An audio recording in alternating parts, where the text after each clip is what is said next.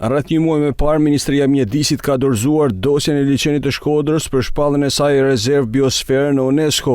Kjo dosje u realizua në bashkëpunim mes Shqipërisë dhe Malit të Zi. Ishte një projekt disa vjeçar mes Shqipërisë dhe Malit të Zi, mes institucioneve përkatëse dhe organizatave lokale.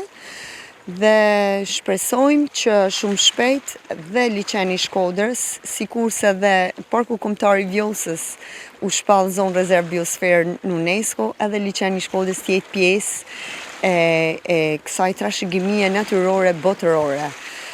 Sfidë mbetet pikërisht menaxhimi i liçenit të Shkodrës, menaxhimi i turizmit, gjithmonë i orientuar drejt turizmit qëndrueshëm, zhvillimit qëndrueshëm në mënyrë që të kemi ekonomi qëndrueshme dhe mbrojtje sa më të mirë të natyrës liçenit të Shkodrës.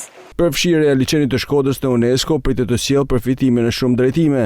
Nëse liçeni i Shkodrës shpallet zonë rezervë biosferë, jo vetëm le të themi mirëqenie ekonomike për komunitetet lokale, por përfitime edhe në fushën e peshkimit, sepse do monitorohet dhe do të orientohet drejt peshkimit qëndrueshëm, turizmit qëndrueshëm, rritje vlerës paketës turistike të liçenit të Shkodrës.